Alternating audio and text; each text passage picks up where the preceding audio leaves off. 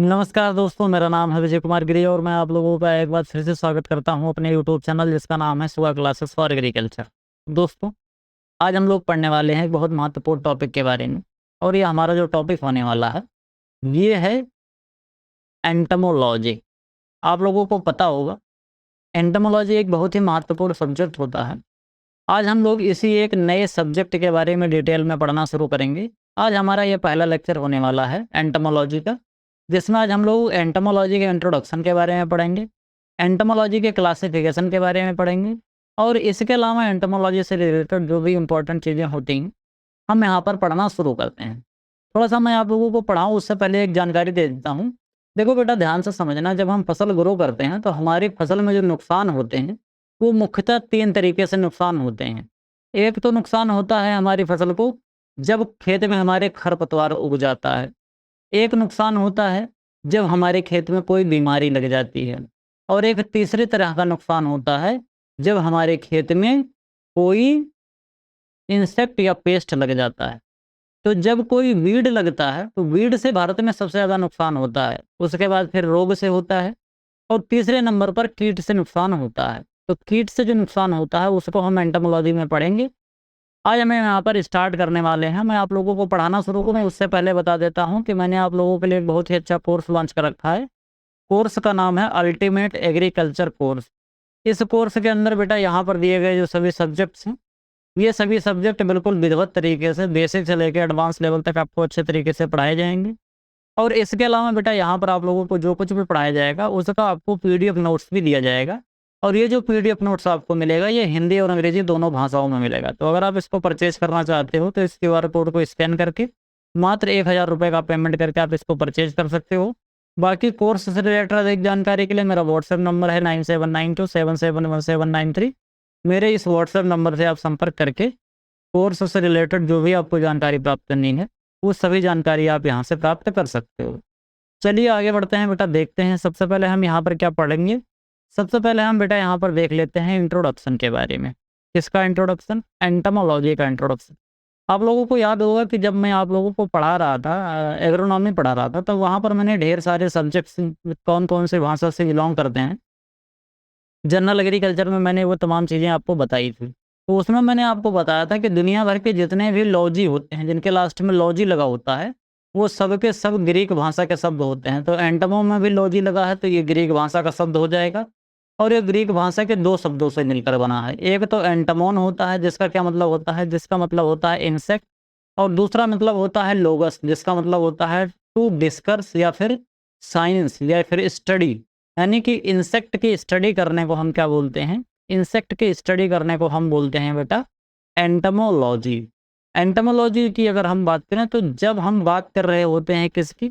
जब हम बात कर रहे होते हैं बेटा बायोलॉजी की। तो बायोलॉजी के 2 बहुत महत्वपूर्ण ब्रांचेस होती हैं। एक तो जूलॉजी होती है और एक क्या होता है? एक जूलॉजी होता है और एक बॉटनी होता है। बायोलॉजी में 2 ब्रांचेस, एक जूलॉजी और एक बॉटनी। ये जूलॉजी से बिलोंग करता है, यानी किंगडम जो एनिमेलिया किंगडम है उसी एनिमेलिया किंगडम का एक फाइलम है आर्थ्रोपोडा। उसी आर्थ्रोपोडा का एक क्लास होता है जिसको हम इंसेक्टा क्लास बोलते हैं, हेक्सापोडा क्लास बोलते हैं। चाहे आप हेक्सापोडा बोल दो या फिर इंसेक्टा बोल दो, उसी क्लास से बिलोंग करता है ये एंटमोलॉजी। उसी के बारे में हम यहाँ पर डिटेल में पढ़ेंगे। तो इसमें जब हम बात करते हैं बेटा तो जो जितने भी इनवर्टिब्रेट्स होते हैं, ध्यान से समझना, जो एनिमेलिया किंगडम होता है, एनिमेलिया किंगडम में 2 तरीके के होते हैं। एक तो एनिमेलिया में इनवर्टिब्रेट्स भी होते हैं और एक वर्टिब्रेट्स ब्रेट्स भी होते हैं। इनवर्टिब्रेट का मतलब होता है अकशेरुकी। इनवर्टिब्रेट का मतलब अकशेरुकी यानी कि जो रीढ़ की हड्डी है इनके अंदर नहीं पाई जाती। रीढ़ की हड्डी नहीं पाई जाती, नहीं पाई जाती। जैसे आप लोगों ने देखा होगा जो मछलियाँ होती हैं, मछलियों के अंदर एक बीच में उनकी हड्डी होती है। हमारी अगर बॉडी को देखो तो हमारी बॉडी में भी एक हड्डी होती है। गाय, भैंस, भेड़, बकरी, शेर, चीता, तेंदुआ, इन तमाम जो हमारे जानवर होते हैं इनके अंदर एक बीच में सेंट्रल एक्सेस जो होती है उस सेंट्रल एक्सेस पे एक हड्डी पाई जाती है। इसी वजह से इनको हम क्या कहते हैं? इनको हम कशेरुकी बोलते हैं, यानी कि वर्टिब्रेट्स बोलते हैं।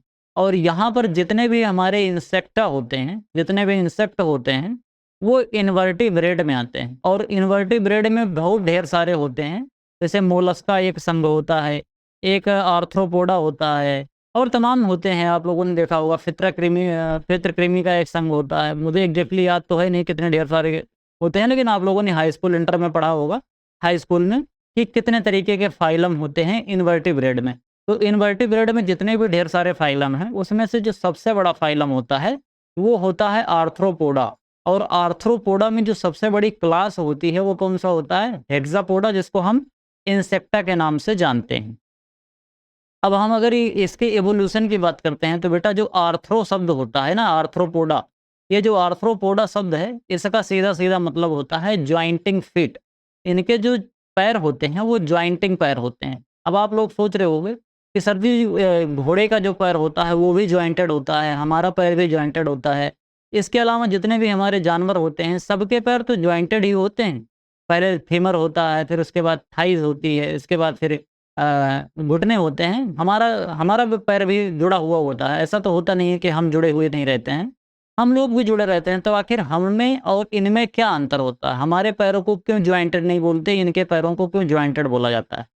अगर बेटा कभी हम ध्यान से अगर देखेंगे तो हमको क्या मिलेगा कि जो ह्यूमन बॉडी होती है, जैसे ये थाइज़ है, थाइज़ के बाद यहाँ पर एक क्या होता है, यहाँ पर एक जॉइंट होता है, जॉइंट के बाद फिर ये फीमर होता है, फिर यहाँ पर ऐसे जाके इस तरीके से पैर होते हैं। तो यहाँ पर जो ये जॉइंट होता है बेटा, यहाँ पर प्रॉपर तरीके से जॉइंट के लिए यहाँ पर आपको एक अलग से स्ट्रक्चर देखने को मिलता है। और ऊपर से नीचे जब हम आते हैं, यानी कि ऊपर वाला ये पार्ट जब खत्म होता है और नीचे वाला ये पार्ट जब शुरू होता है, तो ऐसा नहीं है कि दोनों के बीच में बहुत एक ऐसे आपको सडन चेंज देखने को मिलता है, ऐसा नहीं होता है। जैसे हम यहाँ पर अपना हाथ देखो, यहाँ से अगर लेके हम यहाँ पर अपना हाथ दिखाएं, इस तरीके से हमारा हाथ देख रहे हो ना, तो ज्वाइंट यहाँ पर ज्वाइंट है। लेकिन अगर बाहर से आप देख रहे हो तो आपको ये ज्वाइंट दिख रहा है? नहीं दिख रहा ना। यहाँ पर देखो, आपको यहाँ कहीं ज्वाइंट दिख रहा है, कहीं कटा हुआ दिख रहा है? कटा हुआ कहीं नहीं दिख रहा। कटा हुआ नहीं दिख रहा, इसका क्या मतलब है? इसका मतलब है कि ज्वाइंटेड नहीं है। हमारा जो ज्वाइंट होता है वो अंदर से दिखता है। लेकिन यहाँ पर जो ज्वाइंटिंग की बात हो रही है बेटा, यहाँ पर जो ज्वाइंटिंग की बात हो रही है, यहाँ पर अगर आप ध्यान से देखोगे तो यहाँ पर बिल्कुल ऊपर ही आपको ये ज्वाइंट दिख रहे होंगे। यहाँ पर देखो इस तरीके से ज्वाइंट दिख रहा है। और ये जो ज्वाइंट होता है, ये जैसे यहाँ पर आप देखो, ये मोटा सा है, ये वाला जो पार्ट है, ये वाला पार्ट देखो मोटा है। और इसके जस्ट आगे वाला ये वाला जो पार्ट है देखो छोटा है। अगर आप ध्यान से देखोगे तो आपको पता चलेगा कि यहाँ पर देखो, ये इस तरीके से ये अलग-अलग दिख रहा है ना? अलग-अलग इसके पूरा प्रॉपर जॉइंट इस पे विज़िबल होते हैं कि हाँ, ये जॉइंटेड होता है। तो आर्थ्रोपोडा जो शब्द है, पोडा का मतलब होता है पैर और आर्थ्रो का मतलब होता है जॉइंटेड। तो जॉइंटेड जो फीट होते हैं, ऐसे ऑर्गेनिज़्म जिनके पैर जॉइंटेड होते हैं, उनको हम आर्थ्रोपोडा में रखते हैं। समझ गए यहाँ तक बात?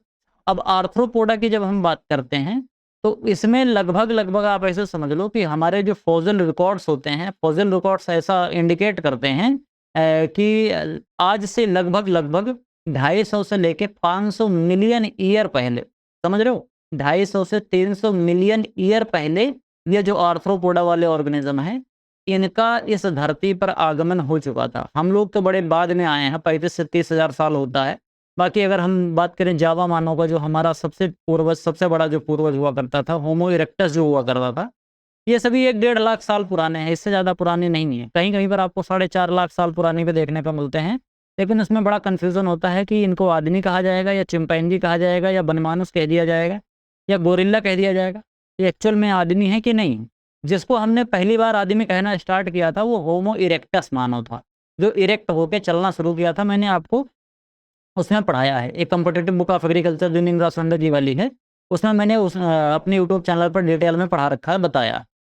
तो हमारे आने से बहुत समय पहले इनका प्रादुर्भाव हमारी पृथ्वी पर हो चुका था। जब हम टोटल पॉपुलेशन की बात करते हैं, जितने भी हमारे एनिमल होते हैं, जैसे मान लेते हैं इस पूरी दुनिया में जितना भी एनिमेलिया जो किंगडम है, एनिमेलिया किंगडम में अगर मान लेते हैं कि टोटल 100 जानवर हैं, 100 प्रकार के जानवर नहीं, 100 जानवर हैं। अगर एनिमेलिया किंगडम में टोटल 100 जानवर हैं, तो उसमें से जो 72 होंगे, वो 72 किसके अंदर बिलॉन्ग करेंगे? वो 72 केवल और केवल इंसेक्ट के अंदर बिलॉन्ग करते हैं। समझ रहे हो? तो आप अंदाज़ा लगाओ कि इनकी पॉपुलेशन इतनी ढेर सारी कैसे होती है। मतलब ये बहुत ज़्यादा संख्या में होते हैं। अगर इनको हम निकाल दें, तो बहुत ढेर सारी स्पीशीज़ गायब हो जाएगी एनिमल किंगडम से, जो एनिमेलिया किंगडम है वो काफ़ी ज़्यादा छोटा हो जाएगा। समझ गए बेटा यहाँ तक की कहानी? अब हम आगे की कहानी देख लेते हैं। आगे की कहानी बेटा कुछ वन लाइनर है, इसको कायदे से पढ़ लेते हैं।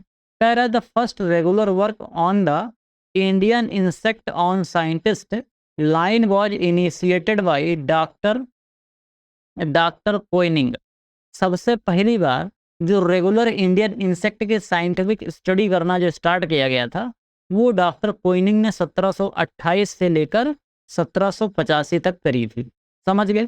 इसके अलावा first entomologist in India, first entomologist to the government of India, government of India का द्वारा जो सबसे पहला एंटोमोलॉजिस्ट अपॉइंट किया गया था ये 1901 में अपॉइंट किया गया था। नाम क्या था इनका?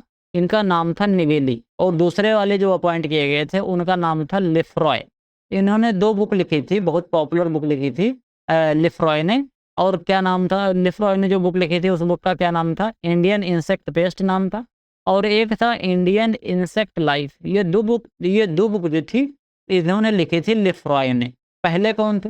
पहले जो एंटोमोलॉजिस्ट गवर्नमेंट ऑफ इंडिया के द्वारा अपॉइंट किए गए थे उनका क्या नाम था? उनका नाम था बेटा निवोली। समझ गए यहाँ तक बात? किसी को कोई कन्फ्यूजन, कोई सवाल? आगे बढ़ लेते हैं, अगला क्वेश्चन देख लेते हैं। अगला क्वेश्चन क्या है? सॉरी, क्वेश्चन की बात कर रहा हूँ। अगला पॉइंट क्या है? The first plant protection adviser to the government of India was Hem Singh Pruthi. जो सबसे पहले प्लांट प्रोटेक्शन एडवाइजर थे वो कौन थे? हेम सिंह पृथ्वी थे। जैसे मान लो कि कोई अगर बहुत भयानक सा कोई कीट आ रहा है, कोई कीट डेवलप हो रहा है जिससे फसलों को बहुत ज़्यादा नुकसान हो सकता है, तो उसके लिए गवर्नमेंट ऑफ इंडिया समय समय पर अलग अलग तरीके से स्पेशलिस्ट हायर किया करती थी, जो कि गवर्नमेंट के जो पॉलिसीज़ होती थी उनको बनाने में इनका काफ़ी ज़्यादा महत्वपूर्ण रोल हुआ करता था। तो उसमें सबसे पहली बार जो प्लांट प्रोटेक्शन एडवाइजर अपॉइंट किया गया था उनका नाम था हेम सिंह पृथ्वी था। इसके बाद the entomological society of India जो इस्टेब्लिश किया गया था 1938 में किया गया था। और इंसेक्ट जो होता है वो so successful because of their small size ability to utilize many food sources, high productivity potential and ability to fly. अब इसमें ध्यान से समझना, जैसे अभी मैंने बताया कि लगभग 74% जो होते हैं पूरे एनिमल किंगडम का 74% पॉपुलेशन तो केवल और केवल आर्थ्रोपोडा का होता है, इंसेक्ट्स का होता है। अब इसमें जब हम बात करते हैं तो आखिर इनकी इतनी ज़्यादा जनसंख्या क्यों है? एक तो बेटा ये बहुत छोटे होते हैं। इसके अलावा इनके जो सोर्स हैं, खाने के जो चीज़ें हैं जिनको ये खाते हैं, ये जूस भी पी लेते हैं। इसके अलावा ये कुछ मांसाहारी भी होते हैं, कुछ ये पत्तियों के फूल और शाकाहारी भी होते हैं। मतलब इनकी वैरायटी ऑफ फूड इनके पास उपलब्ध होते हैं, तो इनको कुछ ना कुछ हमेशा मिलता रहता है। और इसके अलावा इनकी जो रिप्रोडक्टिव वैल्यू है, मतलब रिप्रोडक्शन जो स्टेज है, इनका रिप्रोडक्शन बहुत विधिवत तरीके से होता है। अब क्योंकि इनका रिप्रोडक्शन जो होता है वो बहुत अच्छे से होता है, इस वजह से इनकी जनसंख्या बहुत तेज़ी से बढ़ती रहती है। और जैसे मान लो आग लग रही है या बाढ़ आ रही है, तो अगर जो आदमी उड़ नहीं पाएगा वो क्या होता? अगर आग लगी है तो आग में जल जाएगा, अगर बाढ़ आएगी तो बह जाएगा। लेकिन अगर कोई ऐसा है जो उड़ सकता है तो बाढ़ और आग से वो अपने आप को बचा सकता है, उड़ के चला जाएगा, बहुत दूर तक चला जाता है, तो अपने आप को सेफ कर ले जाता है। इसी वजह से ये काफ़ी ज़्यादा जनसंख्या में उपस्थित रहते हैं, जल्दी ये मरते नहीं हैं। और मरते हैं तो उससे पहले वो एक मरेगा तो उससे ढेर सारे पहले, और उससे पहले वो बहुत ढेर सारों को पैदा करके जाता है। समझ गए यहाँ तक की कहानी? इसके आगे बात करते हैं टैक्सोनॉमी की। टैक्सोनॉमी जो होता है बेटा, इसको हम वर्गीकरण विज्ञान बोलते हैं। जब हमको किसी सब्जेक्ट के बारे में स्टडी करनी होती है तो उस सब्जेक्ट के बारे में स्टडी करने से पहले हमको कुछ चीज़ें ध्यान में रखनी होती है। अगर हम किसी चीज़ को प्रॉपर वे में स्टडी करना चाहते हैं तो हमको उसका क्लासिफिकेशन पहले याद होना चाहिए। जब हम उसको अच्छे तरीके से क्लासीफाई कर लेते हैं तब हम एक एक चीज़ को एक एक करके पढ़ते चलते हैं। जैसे अगर ह्यूमन बॉडी को पढ़ना होता है तो ह्यूमन बॉडी में कोई एक एक पार्ट करके पढ़ेंगे। जैसे पहले लंग्स पढ़ेंगे, फिर फेफड़े पढ़ेंगे, और उसके बाद फिर हार्ट पढ़ेंगे, फिर डाइजेस्टिव सिस्टम पढ़ेंगे, रेस्पिरेशन सिस्टम पढ़ेंगे, रेस्पिरेटरी सिस्टम पढ़ेंगे।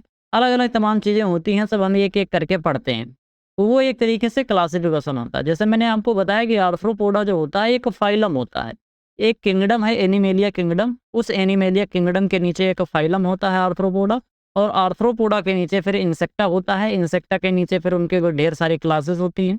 तो और तमाम चीज़ें आपको यहाँ पर देखने को मिलती हैं। तो इसके जब हम क्लासिफिकेशन की बात करते हैं तो इसमें क्या होता है एक तो क्लासिफिकेशन होता है प्रॉपर उनका हायरार्की के बेसिस पर, और इसके अलावा इनका नॉमेनक्लेचर होता है जिसको हम साइंटिफिक नेम बोलते हैं, यानी कि इनका नामकरण भी इसी के अंदर किया जाता है। सबसे पहली बार बेटा जो टैक्सोनॉमी की बुक लिखी थी वो डी कैंडोल ने लिखी थी। किसने लिखी थी? डी कैंडोल ने लिखी थी। बेसिक टैक्सोनॉमी जो कैटेगरी हुआ करती थी वो कौन है? वो होती है स्पीशीज। जैसे आप लोगों ने देखा सबसे पहले क्या होगा? सबसे पहले होता है बेटा किंगडम। किंगडम के अंदर क्या होता है? किंगडम के अंदर होता है फाइलम। फाइलम के अंदर क्लास होता है। क्लास के अंदर फिर क्या होता है? क्लास के अंदर फिर ऑर्डर होता है। ऑर्डर के अंदर फिर फैमिली होती है, सब फैमिली होती है, सब ऑर्डर होता है। तमाम चीज़ें ऐसे होती हैं। आप लोगों ने उसको पढ़ा होगा, अभी मैं आगे आपको धीरे-धीरे पढ़ाऊँगा भी, ऐसा नहीं है। तो आप सब सीखते जाओगे और सबसे लास्ट में जब हम जाते हैं तो जीनस और स्पीशीज़ आता है। जैसे मैंने बोला कि होमो एंड सैपियंस, तो होमो क्या है? होमो जीनस है, और सैपियंस क्या है? स्पीशीज़ है। साइंटिफिक नेम का जो नोमेनक्लेचर होता है, कैरोलस लिनियस ने सबसे पहली बार इसको दिया था, सिस्टेमा नेचुरी ने। तो उन्होंने ये जीनस और स्पीशीज़ वाला कॉन्सेप्ट दिया था। तो उसमें जो स्पीशीज़ होता है वो क्लासिफिकेशन का सबसे बेसिक यूनिट होता है। स्पीशीज़ के नीचे कुछ भी नहीं जाता है। समझ गए यहाँ तक बात? आगे देखते हैं क्या कह रहा है। Segmented body, segment are group into 2 और 3 रीजन। जो आर्थ्रोपोडा होते हैं इनकी बॉडी सेगमेंटेड होती है। सेगमेंटेड कैसी होती है? इनका ये हेड होता है, फिर ये वाला भाग थोरैक्स होता है और ये वाला भाग एब्डोमेन होता है। क्या क्या होता है? ये होता है हेड, फिर ये होता है थोरैक्स और ये होता है एब्डोमेन। तो कई बार इनका जो ये हेड और थोरैक्स है ये दोनों आपस में कायदे से फ्यूज रहते हैं। तो जब फ्यूज रहते हैं तो पता नहीं चल पाता बाहर से देखने पर कि ये 2 टुकड़े में है या 3 टुकड़े में है। तो अगर ये दोनों फ्यूज हो जाएगा एक साथ तो 2 टुकड़े हो जाएँगे। एक तो ये हो जाएगा और एक ये 2 हो जाएगा। अदरवाइज़ ये कितने रहते हैं? अदरवाइज़ ये टोटल 3 रहते हैं। Head, thorax and abdomen. तो ये इसके 3 रीजन इनके बॉडी के पास होते हैं, जिसको हम क्या कहते हैं? टैगमोसिस कहा जाता है। समझ गए? इसके अलावा इनकी जो बॉडी होती है, इनकी बॉडी काइटिन की बनी होती है जो कि रिन्यूएबल होती रहती है, मतलब बार-बार ये रिन्यू होती रहती है। काइटिन की बनी हुई एक परत होती है, प्रोटीन होती है एक तरीके की, और वो धीरे-धीरे, धीरे-धीरे जैसे साँप केंचुली छोड़ता है, उसी तरीके से इनकी बॉडी से वो काइटिन की परत छूटती रहती है। तो काइटिन होता है और ये मोल्टिंग के द्वारा ग्रो करते हैं। समझ गए? यानी निर्मोचन किया करते हैं। जैसे आप लोगों ने देखा होगा जो साँप होता है ना, साँप भी मोल्टिंग करता है, वो भी निर्मोचन ही होता है। इसी तरीके से इंसेक्ट भी करते हैं। जब मैं आपको मेटामॉर्फोसिस पढ़ाऊँगा तो वहाँ पर आपको डिटेल में समझाऊँगा कि मोल्टिंग कैसे ये करते हैं। इसके अलावा बेटा जो ये आर्थ्रोपोडा होते हैं, इनका जो बॉडी स्ट्रक्चर होता है वो कैसा होता है? ये बाइलेटरल सिमेट्री होती है। बाइलेटरल सिमेट्री का मतलब देखो, अगर हम कभी भी इसको इस तरीके से सीधा-सीधा काट देंगे, जैसे मान लो यहाँ पर आपको ये दिख रहा होगा, ये एक मधुमक्खी दिख रही है और ये मधुमक्खी जो होती है, ये आर्थ्रोपोडा के अंतर्गत ही आती है। तो इसके अंदर बेटा अगर हम इस मधुमक्खी को बीच से ऐसे फाड़ देंगे, तो जितना पार्ट ये है, बिल्कुल उतना ही ये भी दिखेगा। जैसा इधर है, वैसा इधर दिखेगा। जिस तरीके से यहाँ है, उस तरीके से यहाँ भी दिखेगा। जैसे मान लो अगर मैं अपनी बॉडी को यहाँ से ऐसे सीधे फाड़ दे रहा हूँ, तो अगर आप यहाँ पर देखोगे तो आधी नाक मेरी इधर है, आधी नाक इधर जाएगी, या एक आँख इधर जाएगी, एक आँख इधर जाएगी। तो इसको हम क्या कहते हैं? इसको हम बोलते हैं बाइनल सिमेट्री। हमारा बॉडी जो होता है वो बाहर से तो बाइनल सिमेट्री होता है, लेकिन अंदर से वो बाइनल सिमेट्री नहीं होता है, क्योंकि जो हमारा हृदय होता है, ये इस साइड में होता है। बाकी अगर आप आँत को देखोगे अंदर से, तो आँत के अंदर भी सिमेट्री नहीं पाई जाती है, और बहुत ढेर सारी ऐसी चीज़ें होती हैं जिनके अंदर सिमेट्री नहीं पाई जाती। लेकिन हमारी जो बॉडी होती है, अगर कोई बाहर से देखेगा, तो बाहर से हमारा बॉडी सिमेट्रिकल होता है। इसी तरीके से इनका भी सिमेट्रिकल होता है, और ये कैसा सिमेट्रिकल होता है? द्विपक्षीय सिमेट्रिकली इसके अंदर सिमेट्री पाई जाती है, यानी कि हम इसको 2 बराबर भागों में बाँट सकते हैं। अगर हम इसको सीधा-सीधा ऐसा फाड़ देंगे, अगर हम इसको यहाँ पर ऐसे सीधा-सीधा फाड़ देंगे तो ये क्या हो जाएगा? तो इसके अंदर आपको ये बाइनल सिमेट्री देखने को मिल जाती है। समझ गए बेटा यहाँ तक बात? इसके अलावा इनके जो अपेंडेजेस होते हैं वो कैसे होते हैं? सेगमेंटेड इनके अंदर अपेंडेजेस पाए जाते हैं। अपेंडेजेस क्या होते हैं? आप ऐसे समझो कि इनके उपांग होते हैं और वो सेगमेंटेड होते हैं। उपांग आप ऐसे समझ सकते हो जैसे पैर की बात हो रही है, तो सेगमेंटेड इनके अंदर होते हैं। इसके अलावा बात करते हैं, इनका डोर्सल हार्ट पाया जाता है, जैसे कि ऑस्टिया जिसको कहा जाता है, ओपनिंग ऑफ हार्ट, हार्ट की ओपनिंग होती है ऑस्टिया। मैं आपको आगे पढ़ाऊँगा। इनके जो ये एब्डोमेन वाला पार्ट होता है, जब कभी इनके एब्डोमेन वाले पार्ट को देखोगे तो यहाँ पर नीचे इस तरीके से ऑस्टिया होते हैं। ये एक डोर्सल हार्ट होता है और यहीं से क्या होता है कि हवा का संचार इंसेक्ट के बॉडी में होता रहता है। समझ गए यहाँ तक बात बेटा? आगे बात करते हैं, अगला क्वेश्चन अगला पॉइंट देखते हैं। अगला पॉइंट जब हम बेटा देखते हैं तो हम थोड़ा-सा यहाँ पर देखेंगे क्लासिफ़िकेशन के बारे में। जैसे कि मैंने आपको बताया था कि जो फाइलम होता है, नाम क्या है फाइलम का? आर्थ्रोपोडा।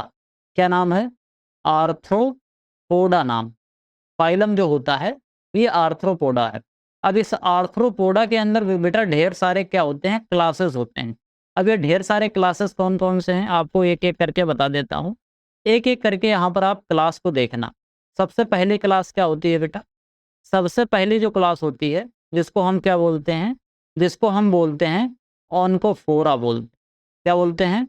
इसको ऑन्कोफोरा बोलते हैं। इसके अलावा एक और होता है जिसको क्या बोलते हैं? क्रस्टेशिया बोलते हैं। क्या कहते हैं इसको? क्रस्टेशिया बोलते हैं। क्रस्टेशिया के अलावा बेटा एक और होता है जिसको हम क्या बोलते हैं? जिसको एरेक्निडा बोलते हैं। क्या बोलते हैं? एरेक्निडा बोलते हैं। एरेक्निडा के अलावा फिर एक चौथा क्लास होता है जिसको क्या बोलते हैं? जिसको हम बोलते हैं चिलोपोडा। फिर चिलोपोडा के अलावा एक और क्लास होती है जिसको हम क्या बोलते हैं? जिसको हम डेप्लोपोडा बोलते हैं। क्या बोलते हैं? डेप्लोपोडा बोलते हैं। इसके अलावा जब हम बात करते हैं तो एक छठवा होता है जिसको हम क्या बोलते हैं? जिसको हम इंसेक्टा बोलते हैं और इसी को बेटा हेक्सापोडा कहा जाता है। क्या कहा जाता है? हेक्सापोडा बोला जाता है। तो इस तरीके से आपको आर्थ्रोपोडा जो फाइलम है, इस आर्थ्रोपोडा फाइलम में इतने ढेर सारी आपको क्लासेस देखने को मिलती हैं। अब इसमें बेटा जो ये हेक्सापोडा होता है ना, इस हेक्सापोडा में भी 2 तरीके का होता है। जब हम हेक्सापोडा की बात करते हैं, तो ये हेक्सापोडा भी अकेले नहीं होता है, ये भी 2 तरह का होता है। एक क्या होता है बेटा? एक होता है एपटायरोगोटा एपटायरोगोटा और एक होता है पेटायरोगोटा। और जब हम बात करते हैं पेटायरोगोटा की, तो पेटायरोगोटा भी 2 तरीके का होता है। कौन-कौन सा होता है? एक तो होता है बेटा एक्ज़ोपेटायरोगोटा, एक्ज़ो एक्ज़ोपेटायरोगोटा और एक क्या होता है? एक होता है एंडोपेटायरोगोटा। समझ गए? तो इस तरीके से क्लासिफ़िकेशन होते हैं। एपेटायरोगोटा और इसके अलावा एपेटायरोगोटा और पेटायरोगोटा, एक्ज़ोपेटायरोगोटा, हेंडोपेटायरोगोटा। इसमें जो पेटायरोगोटा होता है इसका सीधा मतलब होता है बेटा पंख। जिसके पंख अंदर और जिसके अंदर पंख नहीं पाए जाते हैं उनको एपेटायरोगोटा बोलते हैं और जिसके अंदर पंख पाए जाते हैं उनको पेटायरोगोटा बोलते हैं। अब ये जो पंख होते हैं किसी-किसी में एक्ज़ोपेटायरोगोटा होता है, किसी-किसी में एंडोपेटायरोगोटा होता है। एक्ज़ोपेटायरोगोटा में पंख बाहर होते हैं, इनकम्प्लीट मेटामॉर्फोसिस में पाया जाता है और एंडोपेटायरोगोटा में इसमें जो इनकी पूरी लाइफ साइकिल होती है, पूरी लाइफ साइकिल में कई बार ऐसा होता है कि इनके अंदर आपको देखने को नहीं मिलता है। इनके अंदर क्या देखने को नहीं मिलता है? इनके अंदर कई बार आपको पंख देखने को नहीं मिलते हैं। स्टार्टिंग में जब वो अपने लार्वल स्टेज में होते हैं तब पंख नहीं आते हैं, फिर बाद में पंख आते हैं। समझ गए? तो इस तरीके से आपको बेटा यहाँ पर क्लासिफिकेशन देखने को मिल रहा है। समझ गए यहाँ तक बात? अब हम आगे बात करेंगे। कुछ क्लासेस हैं आर्थ्रोपोडा की, जो अभी मैंने आपको बताया था ना टोटल 6 क्लासेस, यही टोटल 6 क्लासेस के बारे में अब हम एक-एक करके समझेंगे। वैसे जो सबसे ज़्यादा महत्वपूर्ण क्लास है इसमें वो है इंसेक्टा। इस इंसेक्टा के बारे में थोड़ा हम ज़्यादा ध्यान देंगे, बाकी इसके अलावा जो हैं उनको हम थोड़ा-थोड़ा सा ध्यान देंगे। ऐसा नहीं है कि ध्यान नहीं देंगे, लेकिन थोड़ा-थोड़ा ही ध्यान इनके अंदर हम देंगे। तो चलिए शुरू करते हैं, देख लेते हैं और कौन-कौन सा पॉइंट है। हम बात करेंगे सबसे पहले किसका?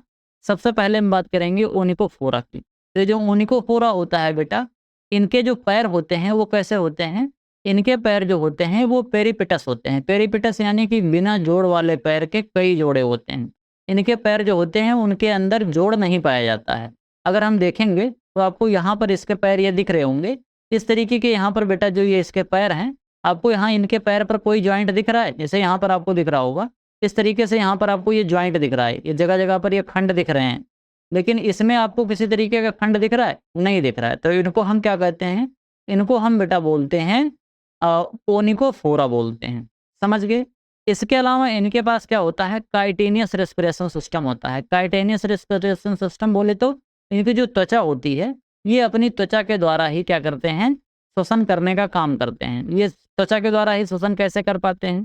क्योंकि बेटा अगर आप इनको ध्यान से देखोगे तो आपको यहाँ पर दिख रहा होगा, तो ये ज़्यादातर जलीय जीव होते हैं, जल के अंदर पाए जाते हैं और इनकी चमड़ी हमेशा भीगी रहती है। अगर भीगी नहीं रहेगी तो ये श्वसन नहीं ले पाते हैं। इनका जो श्वसन लेने का मैकेनिज़्म होता है, वो क्या होता है, इनकी जो स्किन होती है उसी से इंसेक्ट श्वसन करते हैं।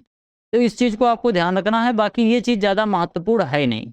महत्वपूर्ण इस वजह से नहीं क्योंकि एग्रीकल्चर में ये इंसेक्ट ज़्यादा महत्वपूर्ण नहीं रखते हैं। इसके अलावा एक होता है बेटा क्रस्टेशिया। क्रस्टेशिया के अंदर आपने प्रॉन देखा होगा जिसको झींगा बोलते हैं। फिशरीज़ के अंदर आप लोग पढ़ोगे इसको झींगा पालन होता है। इसके अलावा जो क्रैब होता है जिसको हम केकड़ा बोलते हैं, इसके अंदर 2 एंटेनी पाई जाती है और इसके अंदर लगभग 5 पैर आपको देखने को मिलते हैं। अगर आप इसको देखोगे तो यहाँ पर आप देखोगे तो इनके 5 पैर आपको प्रॉपर तरीके से देखने को मिलते हैं। 1 2 3 4 5 5 पैर ये है, 5 पैर ये, टोटल 10 पैर, यानी कि 5 जोड़ी पैर इनके अंदर होते हैं। ये क्या है? ये केकड़ा है। इस केकड़े को हम क्या बोलते हैं? इसको हम क्रैब बोलते हैं। समझ गए बेटा? इसके अलावा इनके 2 पेयर ऑफ एंटेनी होती है। 2 पेयर ऑफ एंटेनी की बात करते हो बेटा तो किसी-किसी में पाया जाता है। जैसे काफ़ी बड़ा जो संघ होता है तो इसके अंदर एक बहुत बड़ी क्लास होती है। तो इसमें देखोगे कि यहाँ पर आपको ये थोड़ा-सा दिख रहा होगा। देखो यहाँ पर ये 2 दिख रहे हैं। तो इस तरीके से इनके अंदर इनकी एंटेनी भी पाई जाती है। आँख के जस्ट ऊपर इनकी एंटेनी भी होती है। समझ गए यहाँ तक की बात?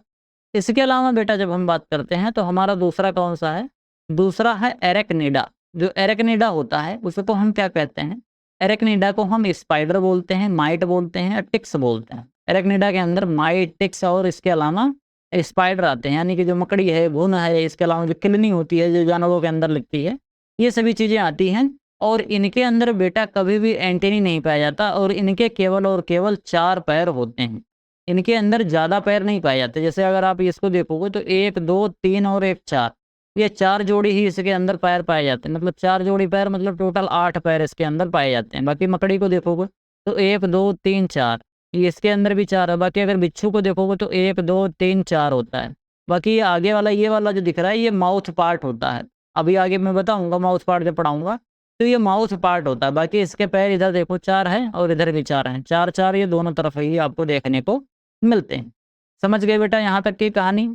आगे बढ़ते हैं, अगला क्वेश्चन अगला पॉइंट देख लेते हैं। अगला पॉइंट क्या है बेटा? अगला है चिलोपोडा। चिलोपोडा की जब हम बात करते हैं तो इसमें क्या आता है? इसमें आता है सेंटीपिड। इनको सेंटीपिड क्यों कहा जाता है? सेंटीपिड बोले तो कनखजूरा। अगर आप कभी कनखजूरा को देखोगे तो इस तरीके से ये कनखजूरा होते हैं। कैसे होते हैं? इस तरीके से आपको ये कनखजूरे देखने को मिलते हैं। इसमें 1 पेयर लेग पर सेगमेंट होता है। अगर आप इनको देखोगे तो इनका जो ये बॉडी का ये पूरा एक सेगमेंट है, ये एक टुकड़ा है। इस तरीके से ये 2 टुकड़े हो गए। तो यहाँ पर एक-एक जोड़ी पैर पाया जाता है। जैसे इस सेगमेंट की जब हम बात करेंगे तो यहाँ पर 1 पैर ये, 1 पैर ये, टोटल 1 जोड़ी पैर हो गया। यहाँ पर 1 पैर इधर, 1 पैर इधर, तो इसके पास 2 पैर हो गया, यानी कि 1 जोड़ी। जैसे हमारे पास भी 1 ही जोड़ी पैर होता है। 2 पैर होते हैं, एक दायां पैर एक बायां पैर, तो 1 जोड़ी पैर होता है। तो इसको हम क्या बोलते हैं बेटा? इसको हम बोलते हैं चिलोपोडा। समझ गए? इसके अंदर सेगमेंटेड पैर पाए जाते हैं और इसके अलावा ये कॉर्निवोरस होते हैं। बोले तो मांसाहारी होते हैं। ये क्या करते हैं?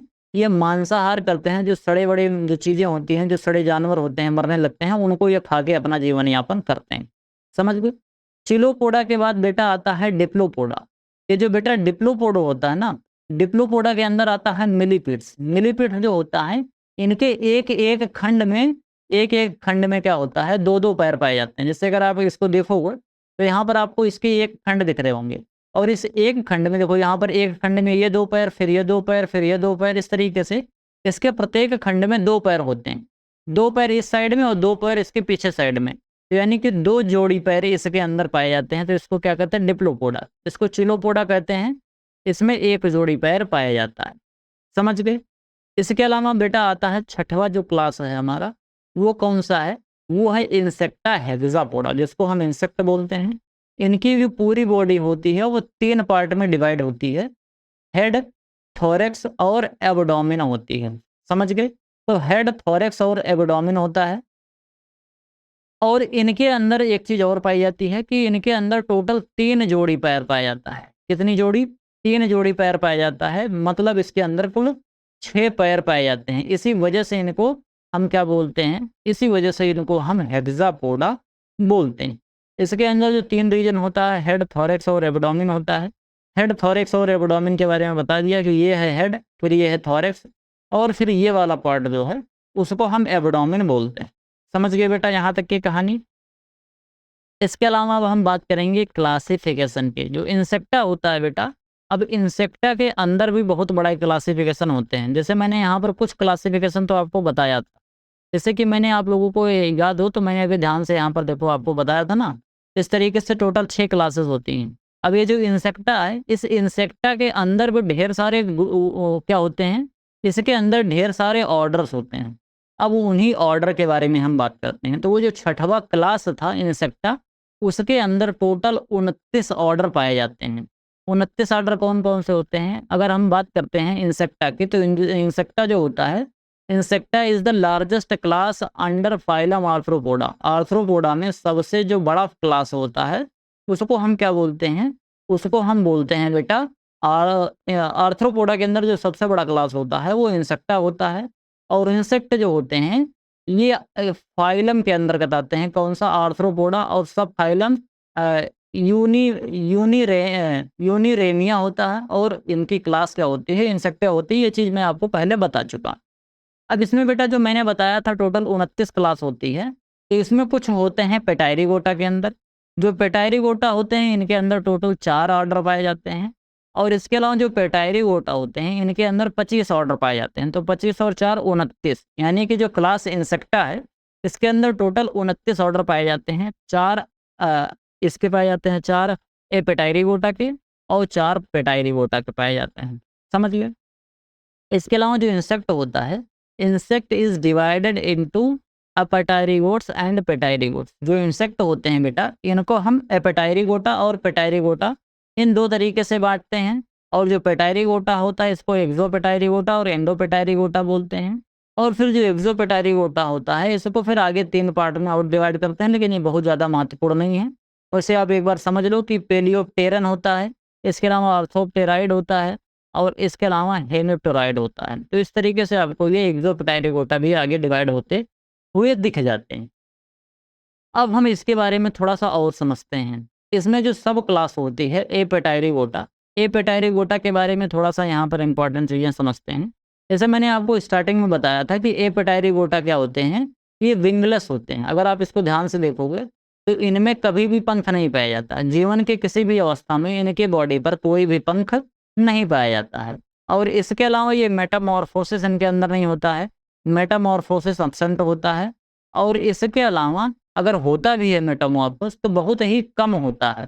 और ये कैसे होते हैं? ये प्रीजेनिटल एब्डोमिनल अपेंडिसेस इनके अंदर प्रेजेंट होते हैं। अगर आप देखोगे यहाँ पर तो इस तरीके से यहाँ पर अपेंडिसेस पाए जाते हैं इनके बॉडी के अंदर।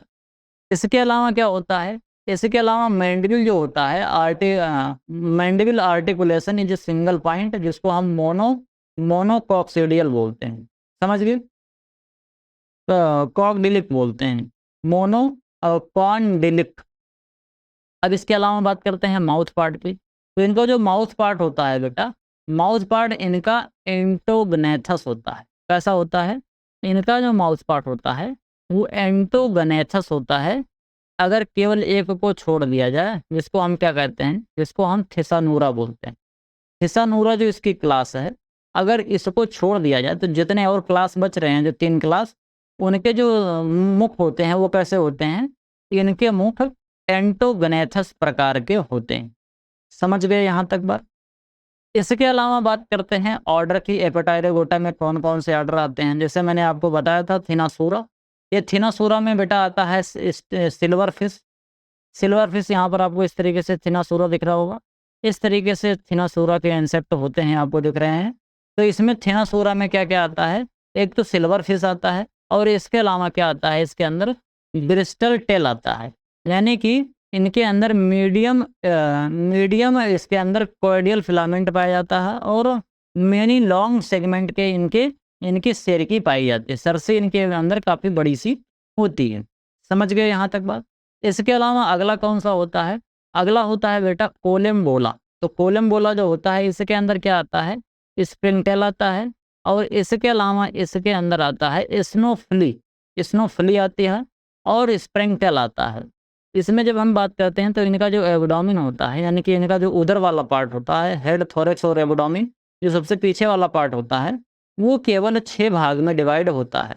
ये भी अलग-अलग तरीके के होते हैं, किसी में 6 होते हैं, किसी में 8 होते हैं, किसी में 12 होते हैं।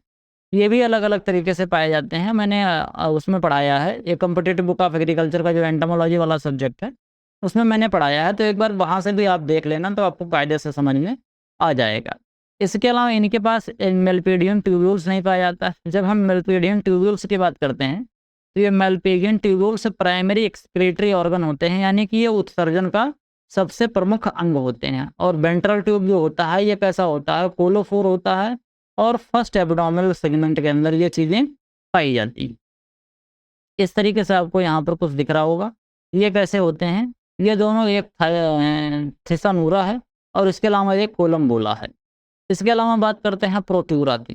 तो जो प्रोट्यूरा होता है, इसके अंदर क्या आता है, इसके अंदर आता है टेल्सोन टेल आता है। तो जो टेल्सेन टोल होता है, इसके अंदर एंटेनी और कंपाउंड आई, ये दोनों के दोनों एब्सेंट होते हैं। ना तो इसके अंदर कोई एंटेनी पाया जाएगा और ना ही इनके अंदर आपको आँख दिख रही होगी। ये दोनों चीज़ें इनके अंदर नहीं पाई जाती, जिसको हम क्या कहते हैं, जिसको हम प्रोट्यूरा बोलते हैं।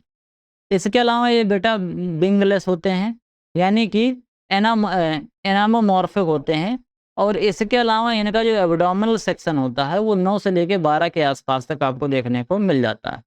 इसके अलावा अगला क्या है, अगला है डिप्लूरा। डिप्लूरा जो होता है, जिसको हम जापी गिड्स बोलते हैं। तो जापी गिड्स के अंदर क्या-क्या आता है, इसमें लेटरल स्टाइलिफॉर्म अपेंडेजेस पाए जाते हैं। बोले तो इनके अंदर पार्श्व स्टाइलिफॉर्म टाइप के उपांग पाए जाते हैं। यहाँ पर आपको दिख रहा होगा, इस तरीके से पीछे की तरफ को मुड़े हुए इनके उपांग होते हैं और केवल यहाँ पर इस कहाँ पर पाए जाते हैं, ये केवल और केवल लेटरल साइड में पाए जाते हैं, मतलब पार्श्व साइड में पाए जाते हैं। समझ गए, एक लेटरल साइड होता है, एक वेंट्रिकुलर साइड होता है, अलग-अलग तरीके के साइड होते हैं। तो यहाँ पर इस तरीके की चीज़ें यहाँ पर पाई जाती हैं। समझ गए बेटा यहाँ तक बात? तो आज के लेक्चर में केवल इतना ही। चीज़ें आपको कायदे से समझ में आई होंगी। एक बार प्रॉपर तरीके से नोट्स जो है, जो मैं आपको नोट्स दूँगा, उस नोट्स को कायदे से पढ़ना, एक बार रिवाइज़ करना, अच्छे से समझ में आ जाएगा, किसी भी तरीके की कोई दिक्कत नहीं है।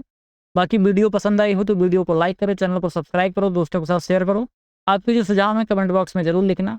इसके अलावा अगर आप हमारा अल्टीमेट एग्रीकल्चर का कोर्स परचेज़ करना चाहते हो, तो नीचे वीडियो का डिस्क्रिप्शन चेक करना, वहाँ पर सभी जानकारी दी गई है। मिलते हैं किसी दूसरी वीडियो में, तब तक के लिए इजाज़त दीजिए। धन्यवाद।